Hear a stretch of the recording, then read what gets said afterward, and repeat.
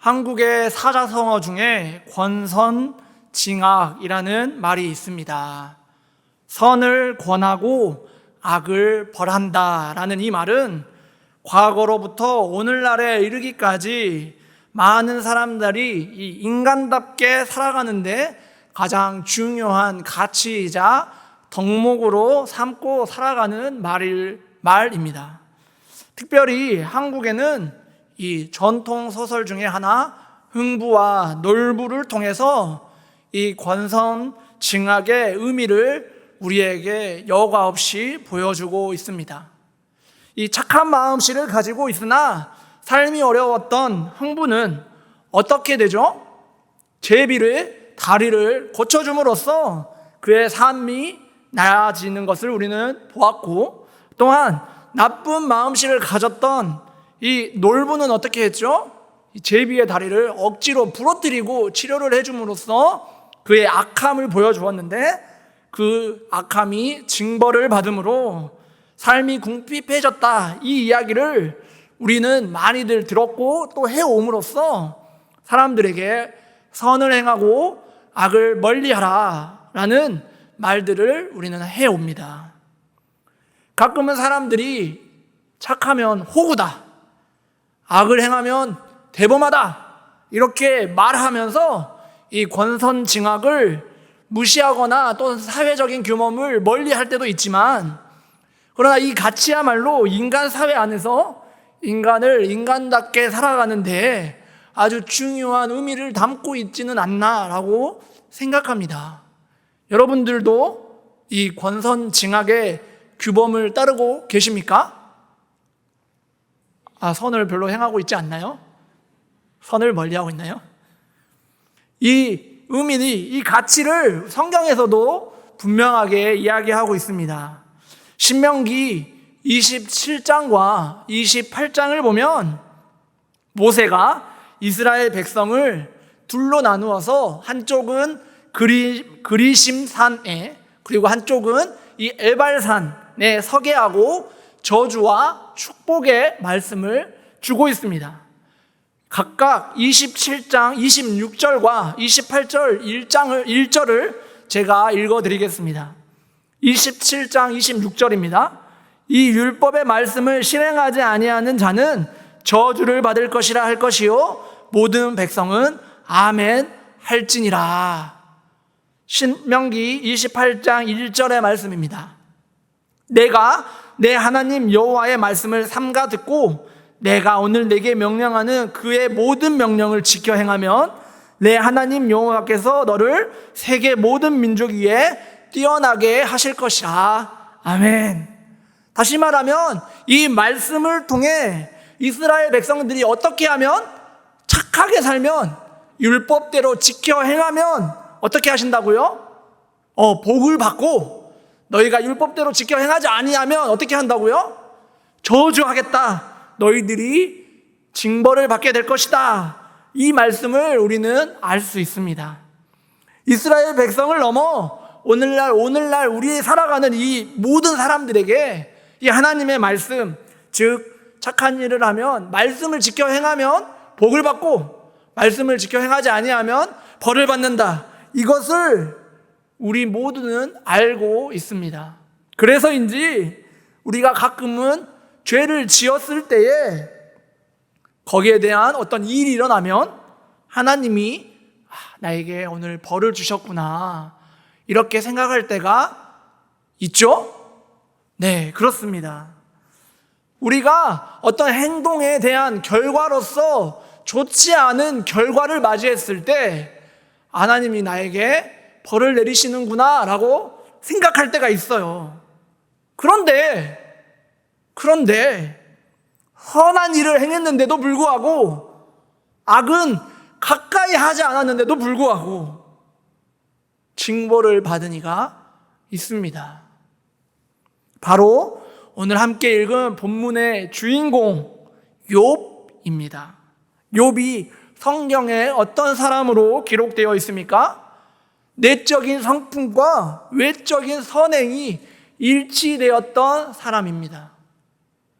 그가 얼마나 철저했는지를 오늘 말씀을 통해 보여주는데요. 그는 자녀들이 생일 잔치 가운데 부지불식 중, 다시 말하면 알지 모르는 상태에서 하나님을 나쁘게 이야기했을까 하여 노심초사해서 그 자녀들이 모든 잔치가 끝났을 때 모아두어서 하나님께 우리의 죄를 용서합니다 하고 번제를 드렸던 사람입니다. 얼마나 철저했는지 죄를 짓지 않았는데도 혹시나 죄를 지었을까 하여 하나님께 번제를 드렸다는 거예요. 경제적으로는 어떻습니까? 크게 부유해서 이 동방의 가장 부유한 사람 중에 한 명이었어요. 아마 많은 이스라엘 사람들이 보면 욥이 하나님의 말씀을 최고로 잘 지켜서 하나님이 모든 복을 다 모아가지고 이 욥을 도와줬구나 생각했을 것입니다. 나도 욥처럼 살아야지. 욥과 같은 사람이 없네. 간증 자리에 앞에서 하나님 앞에 간증을 하면 욥과 같은 사람이 간증해야지. 아마 이렇게 생각했을지도 모릅니다. 그런데 그는 단 하나의 사건으로 모든 것을 잃게 될 처지에 놓여 있습니다. 바로 하나님과 사탄의 만남입니다. 욥기를 볼 때마다 정말 이해가 되지 않은 첫 번째 내용이 있습니다. 바로 사탄이 하나님과 만났다는 사실입니다. 대체 사탄이 왜 하나님과 만나죠? 그들은 원수 사이가 아닌가요? 가끔은 이런 생각이 듭니다. 그런데 오늘 욥기에 보니까 하나님과 또 하나님의 아들들과 사탄이 함께 모여 있습니다. 그리고 하나님과 욥은 서로 생각을 나누고 또 의견을 나눕니다. 심지어 하나님께 사탄이 욥에 대해서 고발하고 있어요. 어떤 고발이요? 하나님이 욥에게 이것도 주시고 저것도 주시고 다 주시니까 하나님 믿는 거예요. 까닭없이 하나님 믿겠습니까? 다 이유가 있는 겁니다. 이 이야기 가운데 이상한 점이 한둘이 아닙니다.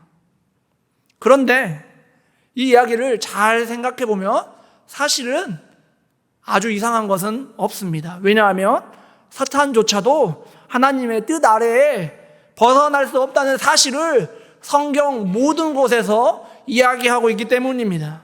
그래서 사탄은 하나님께 항상 이 인간 사회에 있는 사람들을 고발합니다. 성경에서도 이 사탄이라는 말의 원어를 찾아보면 고발자라는 의미를 담고 있어요. 오늘날 직업으로 좀 이야기해보자면 감찰관 혹은 검사와 같은 존재라고 말할 수 있을 것 같습니다. 그는 매일같이 하나님께 고발하고 감찰하며 인간 사회의 사람들을 비난하고 또 하나님께 질문 던집니다. 이유 없이 하나님 믿는 사람 없어요. 이유가 있으니까 하나님 믿는 거예요.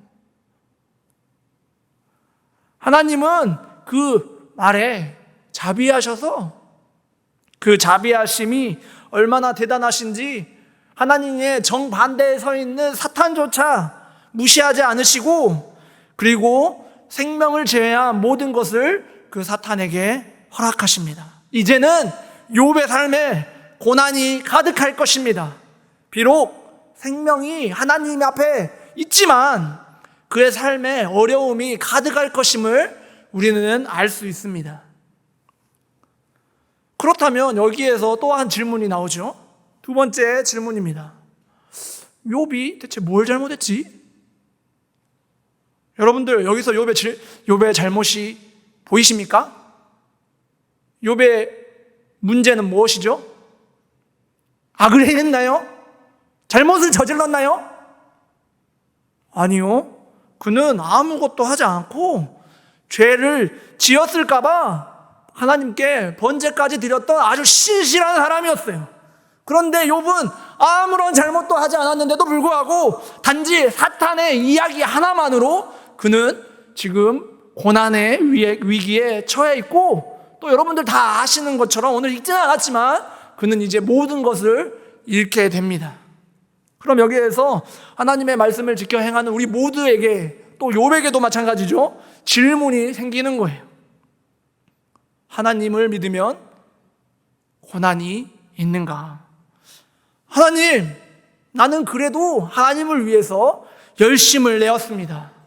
하나님, 나의 모든 것을 드려서 하나님께 번제도 드리고 이것도 하고 저것도 하고 선행을 해가고 율법도 지켰습니다. 그런데 왜 나의 모든 것을 빼앗가시죠? 이거 너무한 거 아닙니까? 하나님, 난 열심히 믿었는데, 그랬는데, 이럴 거면 하나님 믿지 않겠습니다 라고 강하게 말할 수도 있을 것 같습니다. 그런데요, 이러한 질문이 든다면 질문을 한번 여러분들에게 드려보고 싶어요. 그렇다면 여러분들은 왜 하나님을 믿으십니까? 여러분들이 지금 이 시간에, 이 더위에 왜 이 자리에 예배 가운데 참여하셨나요? 그 이유가 무엇이죠? 하나님을 믿는 이유, 우리가 대체 하나님에게 어떤 것을 얻고 싶어서 하나님을 따라 이곳까지 오게 되신 것입니까? 이 질문은 사실 이스라엘 백성, 그리고 시대를 넘어 모든 하나님을 믿는 자들에게 질문을 던지고 있어요.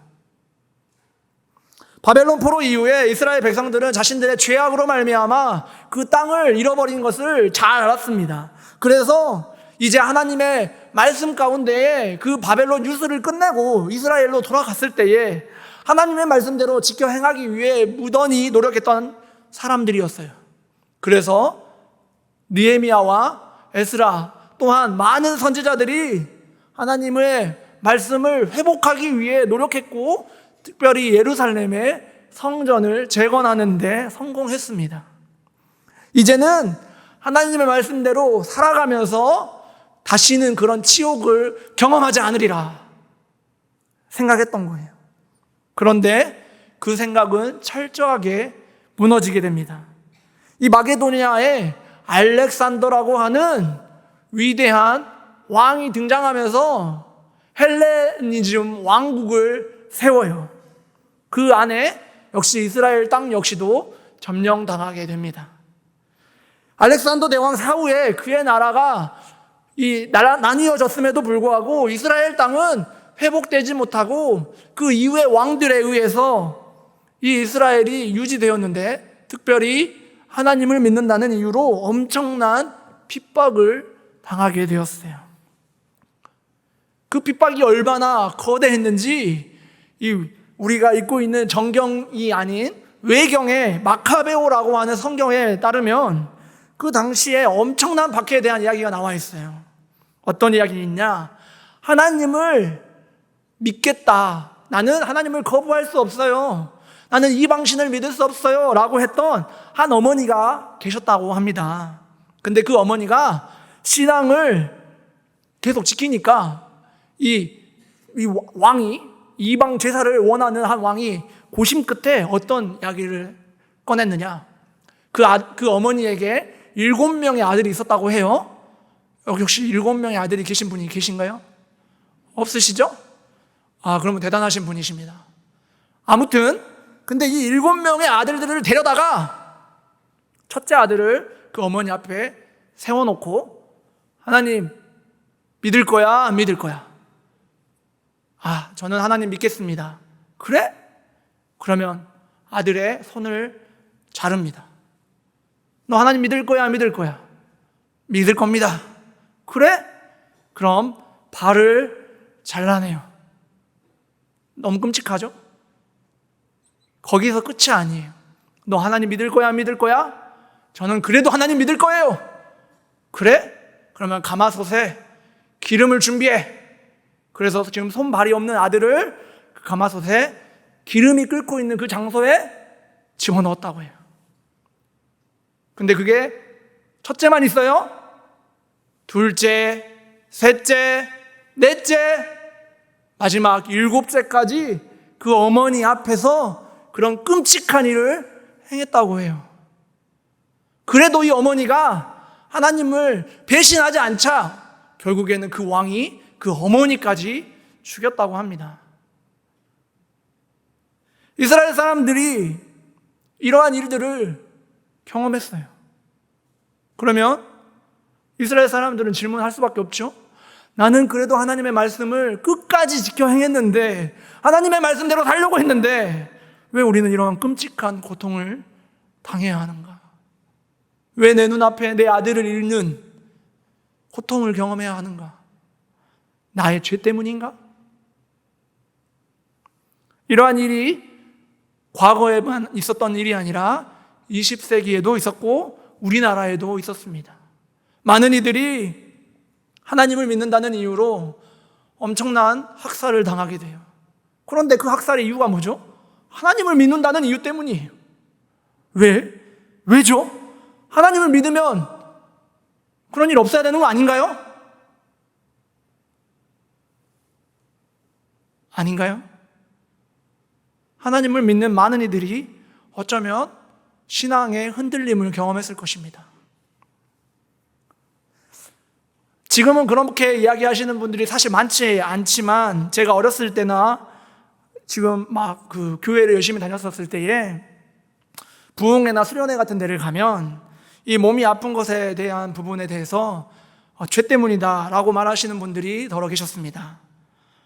교회 아픈 곳을 향해서 안수 기도를 해주시기도 하고, 또한 심한 경우에는 안찰이라고 하죠. 여러분도 혹시 아시나요? 들어보셨나요? 네, 안찰, 이렇게 아픈 곳을 막 때려가지고 그 병을 낫게 해준다 라고 하면서 그런 것들을 행한 경우가 더러 있었어요. 그래서 아픈 것은 죄 때문이니까 기도하면 낫는다, 그런 일들을 많이 이야기했었습니다. 이제는 제가 여러 번 여러분들에게 말씀드려가지고 저 역시도 별로 언급하고 싶진 않지만 저 역시도 낫지 않은 병이 있어요. 지금 난치성 질환이 있습니다. 그래서 이 병을 갖고 있을 때 때때로 이 병은 죄 때문이다, 이 말을 저도 어렸을 때 많이 들어서인지 내가 죄를 너무 많이 지어가지고 이 병이 걸렸나? 이런 생각이 있을 때가 있어요. 그때마다 정말 괴롭습니다. 특별히 제가 직업이 뭐죠? 직업이 아니라 사역하는 이 현장이 어떤 곳이죠? 네, 지금 제 목회자잖아요. 여러분 앞에서 지금 서 있어요. 그러다 보니까 혹여나 이 죄 때문에 이런 병을 얻었다라는 이야기가 들릴까 봐 그에 따르는 부담감이 사실 있습니다. 아마도 저뿐만 아니라 신앙생활에 굉장히 열심은 있으나 신체적으로 또 정신적으로 아픔이 있는 많은 사람들에게 아마 그러한 부담이 있지 않을까 생각이 돼요. 어제 이 이야기를 좀 하다가 제 아는 분에 대한 이야기를 좀 들었었는데, 제 아는 분이 가족이 이 척수암이라는 병에 걸려가지고 병에 걸려서 굉장히 괴로워하시다가 돌아가셨어요. 근데 한 교회 어떤 분이 그 가족에게 그렇게 이야기를 했다고 해요. 그분이 전생에 얼마나 많은 죄를 졌길래 그런 병에 걸렸대?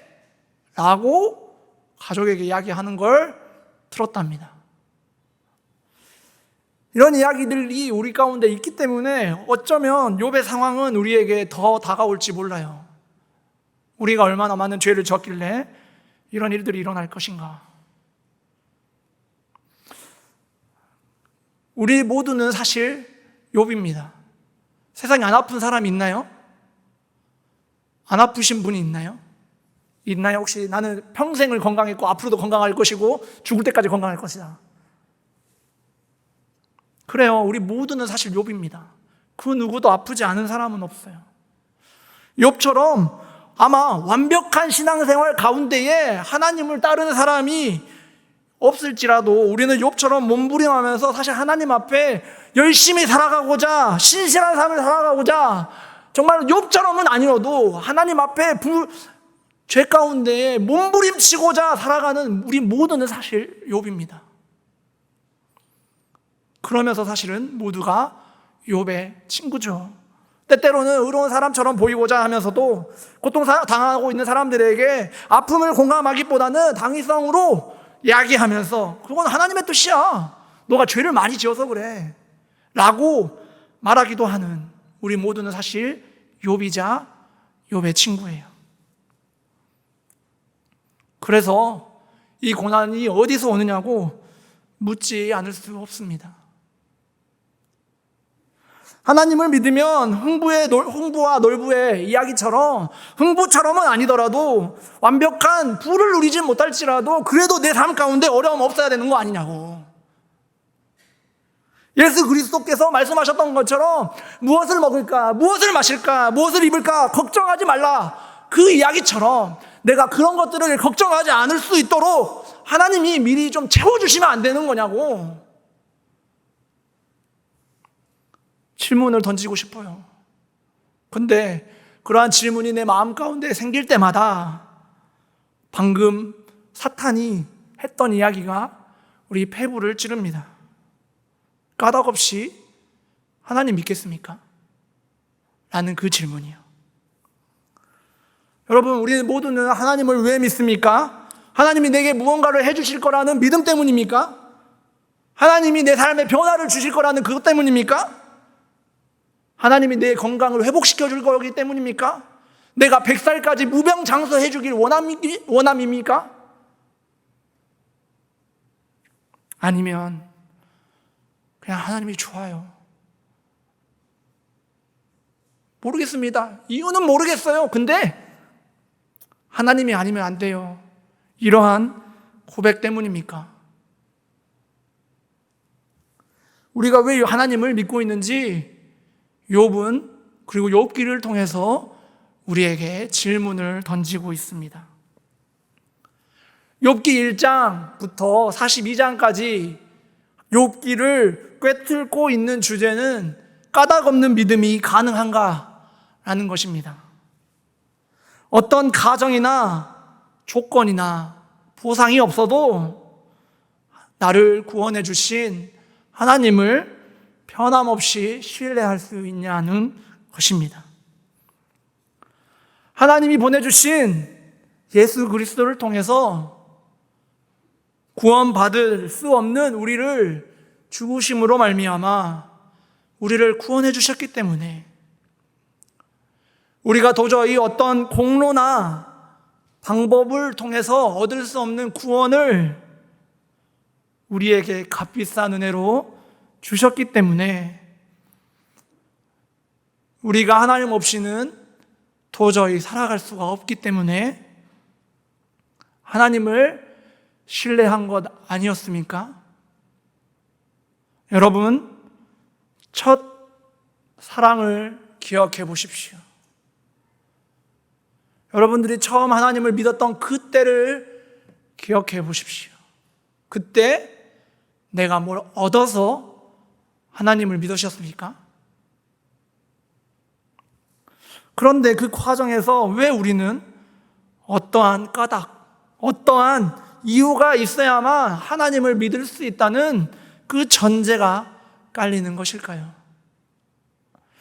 결국 우리에게 무언가를 해주지 않으면 하나님을 믿을 수 없다고 하는 그 사탄의 계략이 우리 마음 가운데에 있지는 않는 걸까요? 이스라엘 백성을 한번 잘 생각해 봅시다. 광야에 40년 동안의 생활, 고난 아닙니까? 고난 아닌가요? 고난이죠. 다윗 왕이 사울 왕에게 쫓기면서 그의 목숨을 부지했던 시간이 있었어요. 고난 아닙니까? 고난이잖아요. 예레미야가 하나님의 말씀을 받아서 하나님의 말씀을 증거했을 때에 그를 우물가에 안에 집어넣었어요. 고난 아닌가요? 예수 그리스도가 십자가에 못 박아 죽임 당했습니다. 고난 아닌가요? 다 고난입니다. 하나님 믿는다고 해서 예수 그리스도를 우리가 구주로 영접한다고 해서 고난이 없는 삶이 있는 게 아니에요. 그러나 우리의 마음이 단지 그게 싫은 거예요. 그래도 하나님 믿으면 부귀영화는 아니어도 내 삶에 만족은 있어야지. 그래도 까닭은 있어야지. 그러나 히브리서 12장 11절은 우리에게 이렇게 이야기하고 있습니다. 무릇 징계가 당시에는 즐거워 보이지 않고 슬퍼 보이나 그로 말미암아 연단받은 자들은 의와 평강의 열매를 맺느니라. 아멘. 우리가 즐거워 보이지 않고 슬퍼 보이는 그 일로 말미암아 우리 가운데 삶의 방향성이 생겨나고 하나님으로부터 의와 평강의 열매를 맺게 된다라는 것입니다. 그리하여 우리의 마음 가운데에 하나님의 진정한 뜻을 발견하게 되고 하나님을 보게 된다는 것입니다. 이제 우리는 내려놓음이 중요합니다. 무언가를 얻고자 하는 마음, 까닭이 있어야 하는 마음, 하나님을 통해 내 삶에 어떤 것을 갈구하는 마음 내려놔야 돼요. 그러나 단순히 모든 것을 내려놓는 무소유하는 어떤 그런 것이 아니라 그 복음성가의 가사처럼 주님 한 분만으로 나는 만족해. 나의 모든 것 대신 주님 찬양해. 그 마음을 우리의 마음에 채워 넣어야 하는 거예요. 그래서 고난도 하나님의 은혜요. 내 채워짐도 하나님의 은혜요. 그 모든 것이 하나님의 은혜요. 그것이 우리의 고백이 되어야 할 것입니다. 여러분들 어떤 까닭이 있으십니까? 그렇다면 그것을 내려놓기 원합니다. 그래서 그럼에도 불구하고 그 마음 가운데에 우리 마음에 새겨지길 원해요. 내 어떤 일이 있습니까? 그럼에도 불구하고 하나님을 신뢰합시다. 내 삶에 어려움이 있습니까? 그럼에도 불구하고 하나님을 믿읍시다. 내 삶에 고통과 고난이 있습니까? 그럼에도 불구하고 하나님을 신뢰합시다. 우리의 기대와 예상과는 다르다 할지라도 하나님을 신뢰하기 원해요. 그와 함께 욥과 같이 고통 속에 고난 속에 있는 이들을 위해 기도하고 또 함께 합시다. 앞서 말씀드렸던 것처럼 우리 모두는 욥이자 욥의 친구들입니다. 언제나 우리는 고통 속에 당사자가 되기도 하고 또 고난당하는 이의 이웃이 되기도 합니다. 눈물로 기도하며 아픔과 고통 속에 있는 이들을 위해 주님도 기도하셨고 또 위로하셨어요. 눈물 흘리셨습니다. 그의 친구 나사로가 죽었다는 이야기를 들었을 때에 가족을 위로하고 주님께서 어떻게 하셨죠? 눈물 흘리셨어요. 우리는 그 모습을 성경에서 찾아볼 수 있습니다.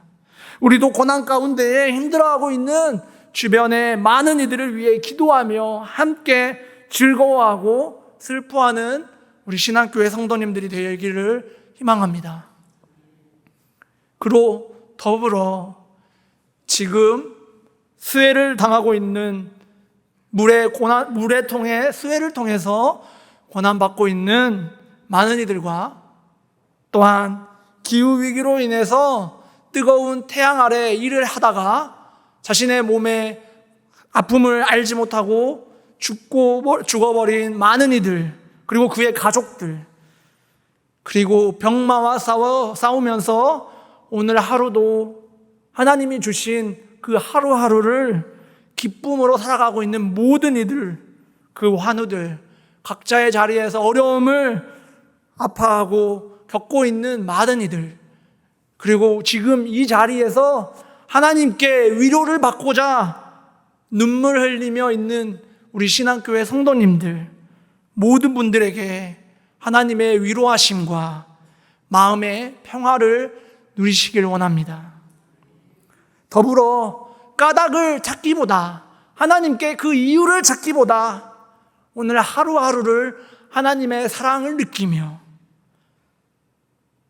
지금 오늘도 여러분들과 함께하고 계시는 하나님의 그 사랑하심을 느끼기를 원합니다. 기도하겠습니다.